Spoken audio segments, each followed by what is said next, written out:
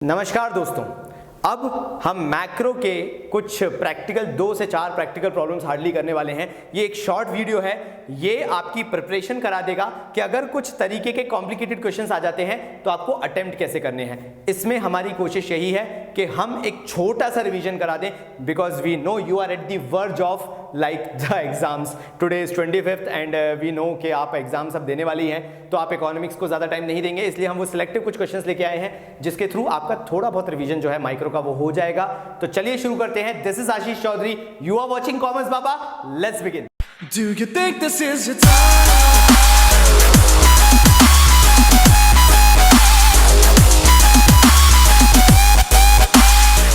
तो भाइयों, न्यूमेरिकल जो माइक्रो में चालू करने हैं, सबसे पहले मैं कॉस्ट और रेवेन्यू चैप्टर पे आता हूं, फिर हम डिमांड और इलास्टिसिटी ऑफ डिमांड और इलास्टिसिटी ऑफ सप्लाई पे जाएंगे। सॉरी, सबसे पहले जो इसमें दिक्कत आती है ना, ये फिल इन द ब्लैंक्स घबराता हूं। पता है, मैं भी जब था 12th में तो मुझे इतनी घबराहट मचती थी, हाथ पांव फूल जाते थे ये फिल इन द ब्लैंक्स देख के।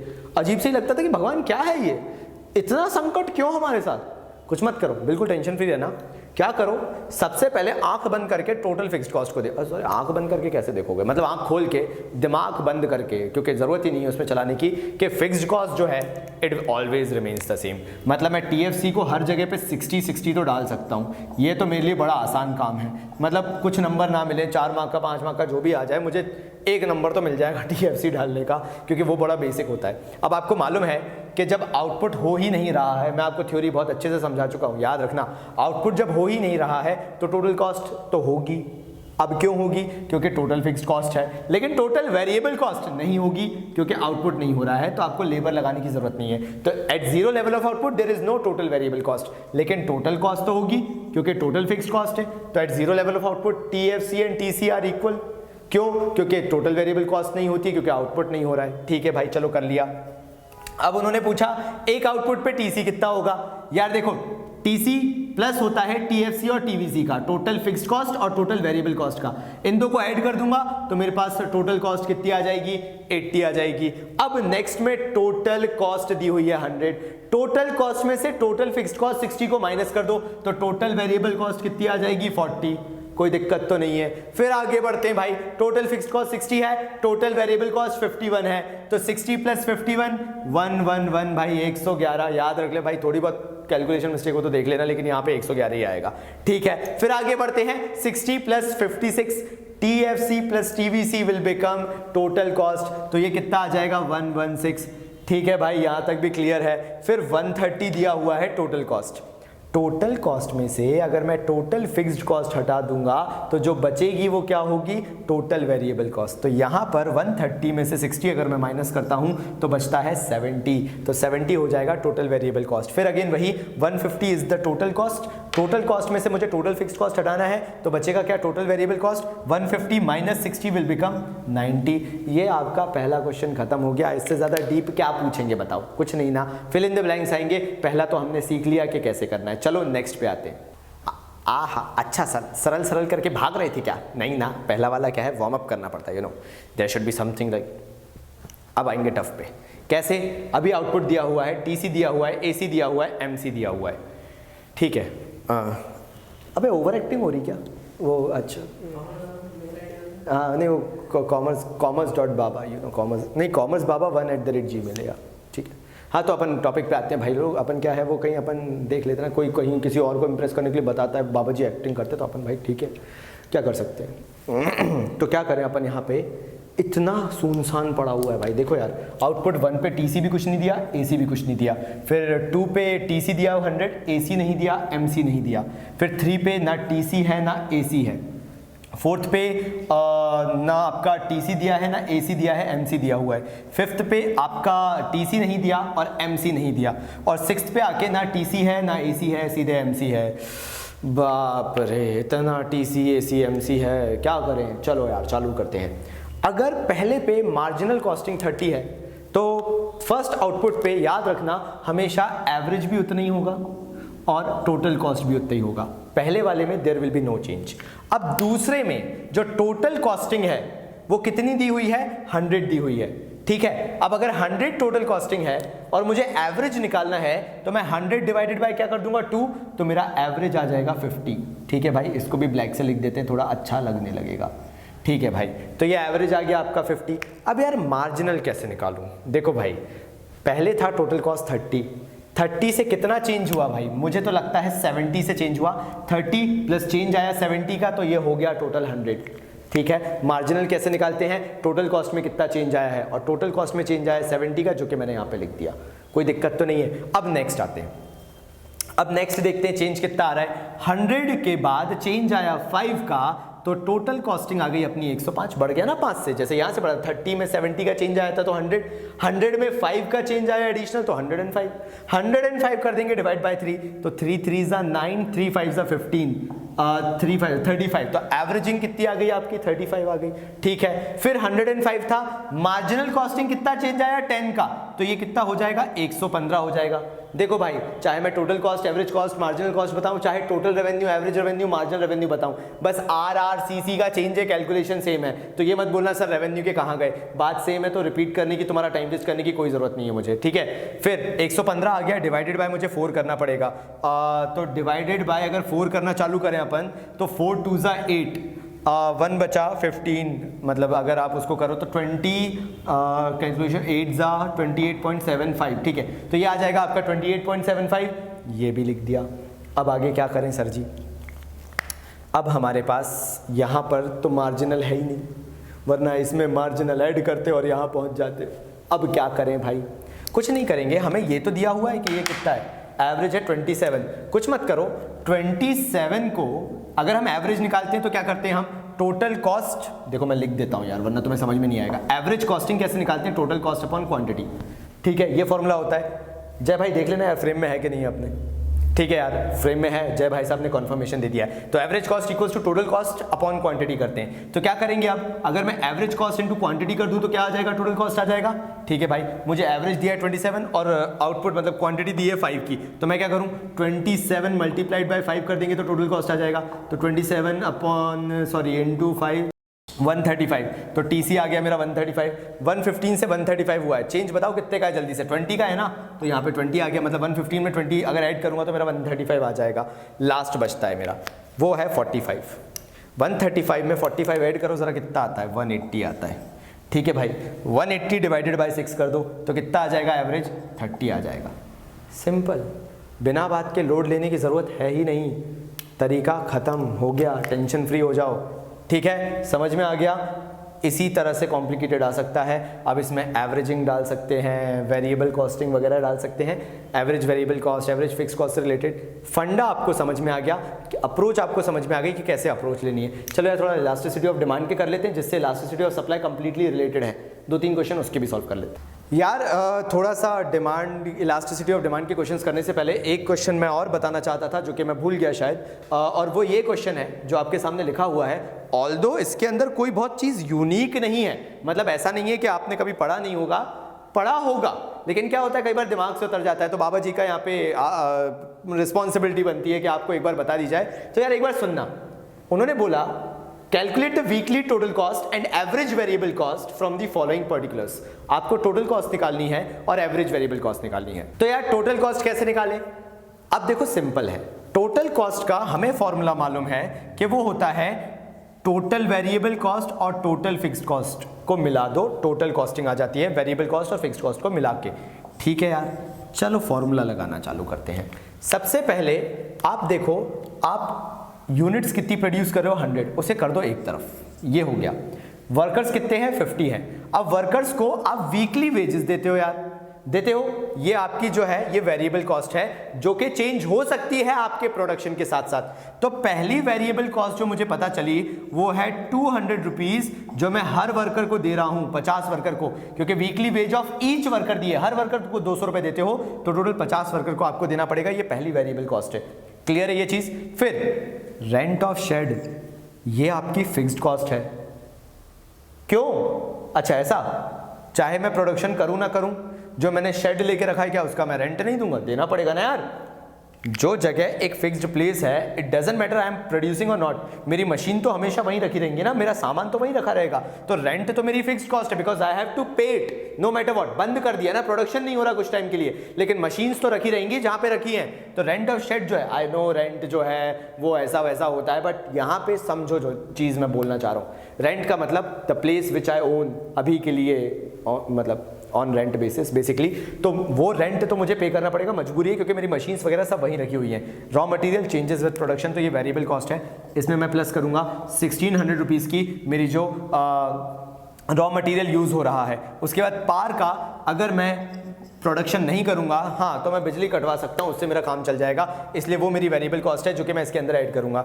ठीक है, तो मेरी टोटल वेरिएबल कॉस्ट तो भाई यहाँ से लेके यहाँ तक हो गई, प्लस करना पड़ेगा फिक्स्ड कॉस्ट। जो फिक्स्ड कॉस्ट मेरी है वो है मेरा वीकली रेंट जो जा रहा है, वो है 400 रुपीज़ का। ठीक है, उसके अलावा कोई भी चीज़ नहीं है, तो मैंने कर दिया प्लस 400 रुपीज़ का, तो ये आएगा 10,000 प्लस 1900 प्लस 400, तो 10,000 प्लस 19,000, 1900, 11,900, तो 12,300 की तो मेरी आ गई टोटल कॉस्टिंग।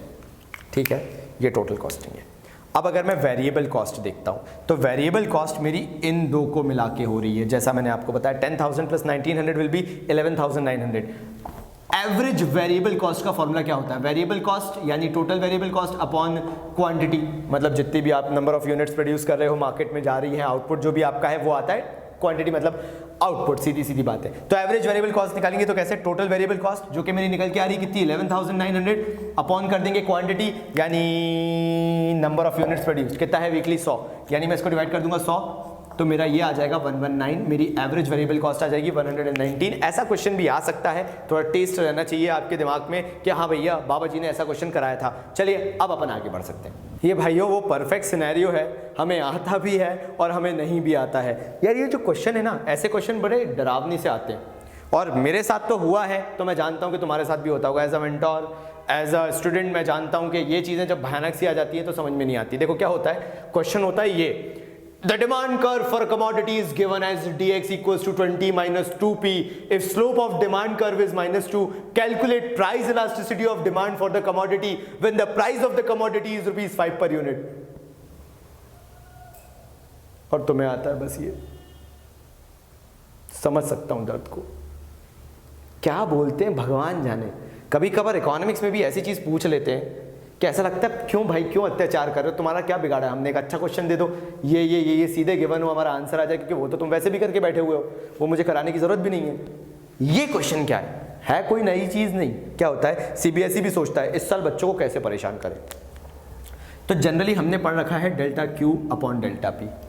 एक और चीज होती है delta P upon delta Q, जिसको हम एक और चीज बोलते हैं स्लोप ऑफ डिमांड।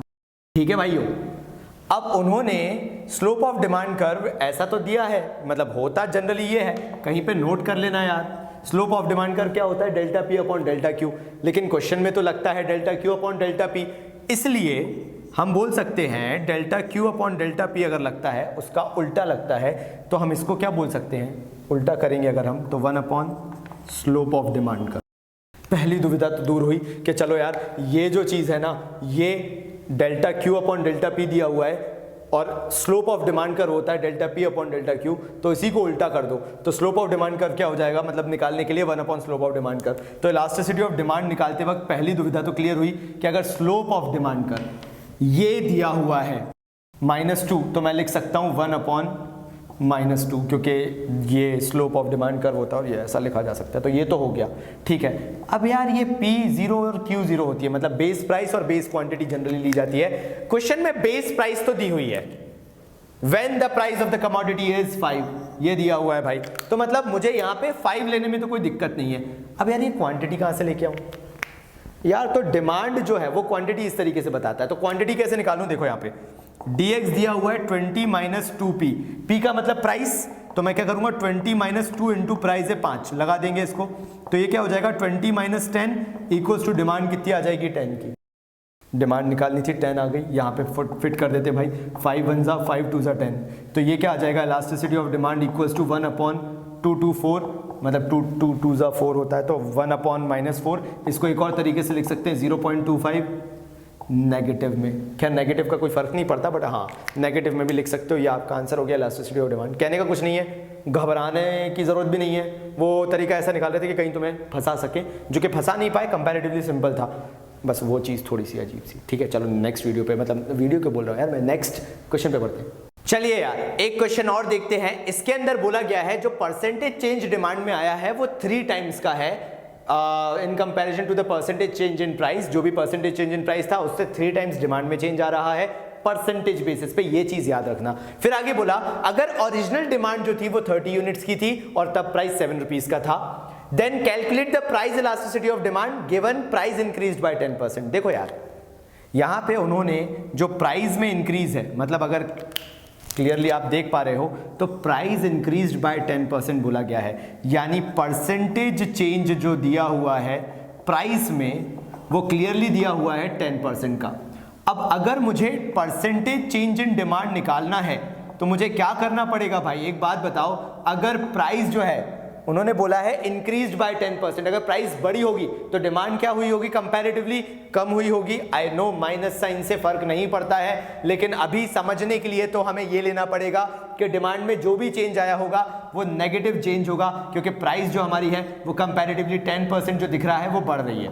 तो परसेंटेज चेंज इन डिमांड कितना होगा, 10 का 3 टाइम्स कर देते हैं, 10% का 3 टाइम्स, तो ये इक्वल्स टू 30% का डिमांड में चेंज आएगा परसेंटेज लेवल पे, लेकिन वो नेगेटिव 30% होगा क्योंकि प्राइस बढ़ रही है। इलास्टिसिटी निकालनी है हमें। इलास्टिसिटी ऑफ डिमांड कैसे निकालते हैं, percentage delta quantity upon percentage delta price, इसी percentage change in quantity percentage change in price basically.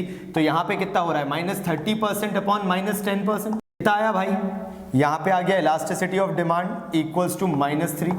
ये हमारी इलास्टिसिटी ऑफ डिमांड आ गई है। अब उन्होंने पूछा है also calculate the new quantity, पता नहीं क्या बोला, also calculate the new quantity demanded.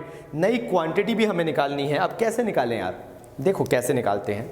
ये तो इलास्टिसिटी ऑफ डिमांड जो निकालना था, पहली चीज तो हम प्राइस इलास्टिसिटी ऑफ डिमांड निकाल चुके हैं, दैट इज -3।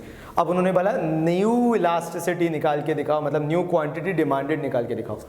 कुछ नहीं करना है, आपको मालूम है कि हमारी जो डिमांड है, जो शुरुआत की डिमांड थी, अगर मैं इसको हाईलाइट कर दूं तो वो 30 यूनिट्स की थी, ठीक है। अब यार प्राइस क्योंकि बड़ी है तो डिमांड हुई होगी फॉल 30% से, तो यानी 30 यूनिट्स का मुझे 30% निकालना पड़ेगा और वो निकल के आएगा 9 यूनिट। तो ये जो चेंज आया है ना क्वांटिटी में वो 9 यूनिट्स का आया है। मतलब अगर मैं देखूं 30 यूनिट्स डिमांड की जाती थी तो प्राइस बढ़ने के कारण 9 यूनिट्स कम डिमांड की जाएंगी, बट ऑब्वियस है। तो नई क्वांटिटी आपकी कितनी हो गई, 21 यूनिट्स की आपकी नई क्वांटिटी हो गई। ये आपको समझने की जरूरत है। देखो यार मैंने यहाँ पे जो भी 2 क्वेश्चन लिए हैं वो कंपैरेटिवली वो लिए हैं जिनमें आप कंफ्यूज हो सकते हो, जिनमें आपको फंसाया जा सकता है। सेम हमने जो कॉस्ट चैप्टर था और रेवेन्यू बेसिकली सेम ही है, उनके पूरे के पूरे कैलकुलेशंस, उनसे भी वो क्वेश्चन उठाए जिनमें आपको कहीं ना कहीं कंफ्यूज किया जा सकता है, क्योंकि बेसिक क्वेश्चंस वी नो कि you are capable enough because you are into boards. तो हम यहाँ पे वो 2-3 क्वेश्चन ऐसे लेना चाहते हैं जो आपको कंफ्यूज कर सकते हैं। आई होप आपको ये क्वेश्चन क्लियर हो गया होगा। फाइनली दोस्तों ये कुछ क्वेश्चंस मैंने करवाए जिनके थ्रू वो क्वेश्चंस जो शायद आप छोड़ देते आपने कर लिए हैं। होमवर्क आपका ये है कि जो बेसिक क्वेश्चन है वो आप उठा के देख लें। एक्सपेंडिचर मेथड ऑफ डिमांड अब है नहीं कोर्स में तो उसको ज़रूरत भी नहीं है देखने की, और जो आपका सप्लाई चैप्टर है वो भी सिमिलर टू डिमांड है, तो आई होप आप उसके क्वेश्चंस भी खुद से करोगे। हमारी टीम कॉमर्स बाबा कम्युनिटी बहुत डेवलप हो चुकी है और सबसे बड़ी बात यह है the kind of love you give, respect छोड़ दो बात, the kind of love you give, that is the most important part. यार मुझे तुम लोगों के साथ वो कमिटमेंट चाहिए था और वो तुमने 20 डेज प्लेज के अंदर सबने दिया। वीडियो अगर नहीं आया, बाबा जी वीडियो क्यों नहीं आया यार, बिल्कुल यही चाहिए था तुम लोगों से। और तुम लोग मोटिवेटेड रहो, तुम लोग जरा भी नहीं डरोगे। क्या हुआ, इंग्लिश का पेपर आ रहा है, होगा अच्छे से। बिजनेस का पेपर, सब तैयारी तुम्हारे पास है, सारा मटेरियल तुम्हारे पास है, बाबा जी ने सब दिया है। हर एक सब्जेक्ट में आपको टिपिकल जो चीज़ें आप भूलते हो, नहीं समझ पाते हो, वो यहाँ पे अवेलेबल आपके लिए है। हमने ये 20 दिन मेहनत सिर्फ आपके लिए की क्योंकि आपका हमें प्यार मिला। तो फाइनली यार इस वीडियो को एंड करते हैं, 20 डेज प्लेज को इकोनॉमिक्स के लिए एंड करते हैं, ख़त्म करते हैं। आई होप हमने आपकी हर तरह से मदद की होगी। जो टॉपिक्स छोड़े हैं या आपको लगता है कि हमने नहीं किए हैं उसके लिए हम माफ़ी चाहेंगे। हमें नहीं लगा था कि उसके लिए हमें एक्स्ट्रा टाइम देने की ज़रूरत है, क्योंकि आपका टाइम बहुत प्रेशियस था। हमारी टीम ने बैठ के सोच समझ के वो चीज़ें आपके लिए लाए जहाँ पे आपको ज़रूरत थी हमारी। तो जो चीज़ें नहीं हो पाई हैं हम जल्दी ही, जैसा हमने बताया है, हम अपना अबाउट सेक्शन अपडेट करने वाले हैं, कुछ आपसे बातें भी करने वाले हैं आने वाले टाइम में, कुछ चीज़ें आपसे बोलने वाले हैं, पूछने वाले हैं। तो तब तक के लिए हमारा इंतज़ार करिएगा। आई होप, फिर से बोलूँगा, 20 डेज़ प्लेज आपके लिए अच्छा रहा। माफ़ी चाहूँगा जहाँ आपकी मदद नहीं कर पाया। पूरी कोशिश की, जितना खींच सकता था खुद को खींचा, और इन 20 डेज़ के अंदर आपके लिए मेहनत की। तो तब तक के लिए आई होप आप हमें याद रखेंगे। बाबा जी की तरफ से धन्यवाद।